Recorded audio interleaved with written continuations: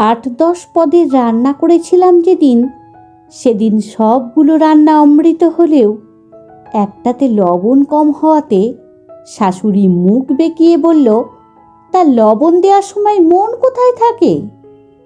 আমি বলেছিলাম, এতগুলো রান্নার মধ্যে একটা তো এদিক ওদিক হবেই, আমি তো আর রোবট না।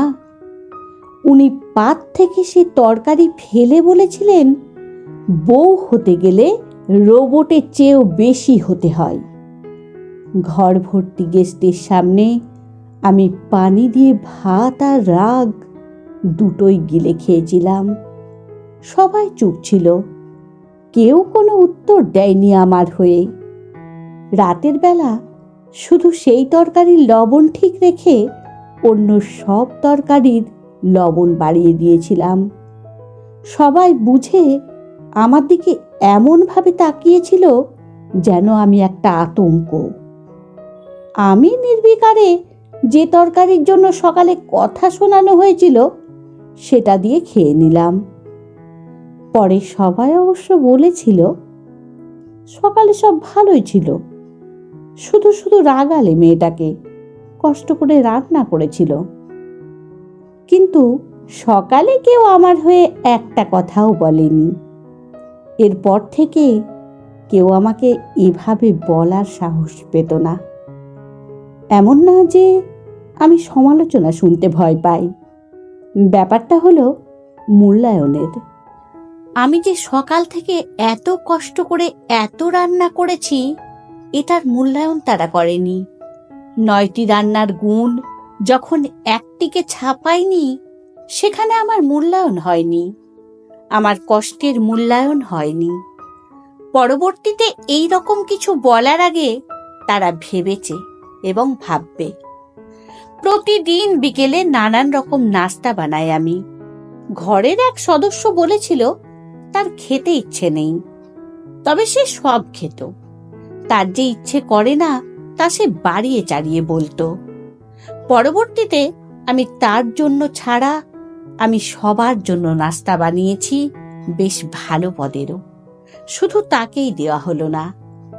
এক গাল হেসে বলেছিলাম, ভালো লাগে না যখন কষ্ট করে কেন খাবেন রোজ? আমারও কষ্ট কমলো, আপনারও। সে এমন দৃষ্টিতে তাকিয়েছিল যেন কোনো শব্দই সে খুঁজে পাচ্ছে না। এমন না যে আমি তাকে পছন্দ করি না, খাওয়াতে চাই না, কিন্তু সে আমার যত্নটা দেখতো না। আমি রোজ নাস্তা বানাচ্ছি যত্ন করে, নানা বাহারি সাজে, সেটার মূল্য কিন্তু সে দিত না। আমার মূল্যায়ন সে করেনি, তাই আমি তাকে বুঝিয়েছি, কেউ যখন আপনার জন্য করছে তার মূল্যায়ন অবশ্যই হওয়া দরকার। ভোরবেলা কেউ বের হচ্ছে, আমি রাতের নির্ঘুমতা সত্ত্বেও ঘুম ঘুম চোখে উঠে কারো জন্য রুটি বানালাম। সে দেখল আমি বানাচ্ছি, কিন্তু নিষেধ করলো না। সময় সুযোগ থাকা সত্ত্বেও সে না খেয়ে চলে গেল। এর পরের বার থেকে আমি ঘুম থেকেই উঠিনি, যতই আমাকে ডাকা হোক। এমন না যে আমি উঠতে পারবো না কারোর জন্য, কিন্তু তার জন্য আমার ওঠাটা তাকে মূল্যায়ন করতে হবে। আমার স্বামীর জন্য রাত অবধি ভাত নিয়ে বসে থাকার পর সে যখন আমি রান্নাঘর থেকে আসার আগেই খাওয়া শুরু করে দিত, আমি খেয়েছি কিনা দেখতও না, পরের বার থেকে আমি ভালো পিসটা দিয়ে খেয়ে বসে থাকতাম। এমন না যে আমার অপেক্ষা করতে ভালো লাগে না, কিন্তু যে আমার অপেক্ষার মূল্যায়ন করবে না তার জন্য আমি কেন বসে থাকব?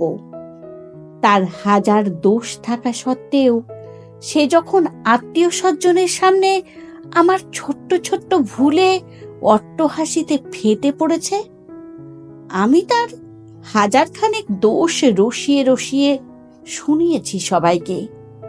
এমন না যে আমি প্রতিশোধ প্রবণ, কিন্তু তাকে বুঝিয়েছি প্রিয় মানুষটার সম্মান রাখা নিজেরই দায়িত্ব। আমাকেও মূল্যায়ন করতে হবে। সে আমার একটা দোষ জানলে আমি তার হাজারটা জানি, আমি যখন কাউকে বলছি না, সে কেন তা নিয়ে অন্যদের সাথে হাসাহাসি করবে?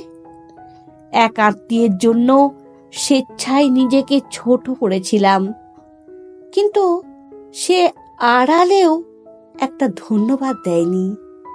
এরপর থেকে আমি তার হাজার ডাকেও ফিরে তাকাইনি, কারণ সে আমার সম্মানের মূল্যায়ন করেনি। আমার ছোট হওয়াটা তার কাছে কিছুই ছিল না। যে বন্ধুটার মন খারাপের রাতে আমি জেগেছিলাম, কিন্তু ব্যস্ততার অজুহাতে যখন সে আমার মেসেজ সিন করে ফেলে রেখেছিল, যখন আমার কাউকে দরকার ছিল, আমি তার মন খারাপের রাতে অনলাইন থেকেও তার কল রিসিভ করিনি, কারণ সে আমাকে ব্যবহার করেছে, মূল্যায়ন না। ঘর হোক বা বাহির, যে কোনো কাজে মূল্যায়ন হওয়াটা খুব দরকার। সেটা সংসার হোক বা কর্মক্ষেত্র হোক। আপনি যখন অফিসের নির্দিষ্ট কাজের বাইরে অন্য কাজ করবেন, যার জন্য আর্থিক মূল্য দেওয়া হবে না, তখন আপনার মূল্যায়ন দরকার। ঘরের সবাইকে খুশি আপনি করতে পারবেন না, কিন্তু যখন আপনি চেষ্টা করছেন, তখন থেকেই যদি আপনার মূল্যায়ন না হয়, মনে রাখবেন আপনার মূল্যায়ন কখনোই হবে না। সংসার এটা এমন একটা জায়গা যেখানে অন্যের চাহিদা প্রত্যাশা শুধু বাড়বেই, কখনো কমবে না। আপনি সব ঠিকঠাক করতে করতে সবাই এমন ভাব করবে যেন আপনি মানুষই নয়, হয় ঈশ্বর নয় কোনো যন্ত্র। কিন্তু ঈশ্বরের মূল্যও আপনাকে দেওয়া হবে না।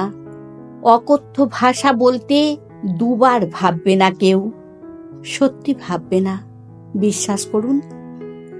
তাই নিজেকে অতটা বিলিয়ে দেবেন না প্লিজ। যেখানে সবাই মারিয়ে যাবে আর একটা শব্দও করবেন না, এতে যদি আপনি ঝগড়াটে আর বেয়াদব আখ্যা পান, তো মেনে নেবেন। বিশ্বাস করুন, অনেক ফ্রেশ মাইন্ডে থাকবেন। এইসব মানসিক যন্ত্রণা থেকে দূরে থাকবেন। বেশি করে কথা শোনার চেয়ে দেখবেন কম করে বেশি সুনাম পাবেন, যদি মূল্যায়নটা দাঁড় করাতে পারেন। অনেক পরিবারে দেখবেন কিছু মানুষকে যা ইচ্ছে শোনানো যায়, কারণ তারা আবার তাদের দায়িত্ব ঠিকঠাক পালন করে। আবার কিছু মানুষকে অন্যরা ভয় পায়, কারণ তাদের মুখে কিছুই আটকায় না। বললে রাগ করে ফেলে, ভুলেও কিছু বলে ফেললে রেশ থাকে অনেক দিন। এরা কিন্তু কম পরিশ্রমে বেশি সুনাম পায়। মূল্যায়ন চাওয়া মানে আপনাকে ঝামেলা করতে হবে এমন নয়, স্রেফ নিজেও যে একটা আলাদা মানুষ, ভুল হবে, দোষ থাকবে, আবার ভালোও হবে, সেটা বোঝাবেন হেসে।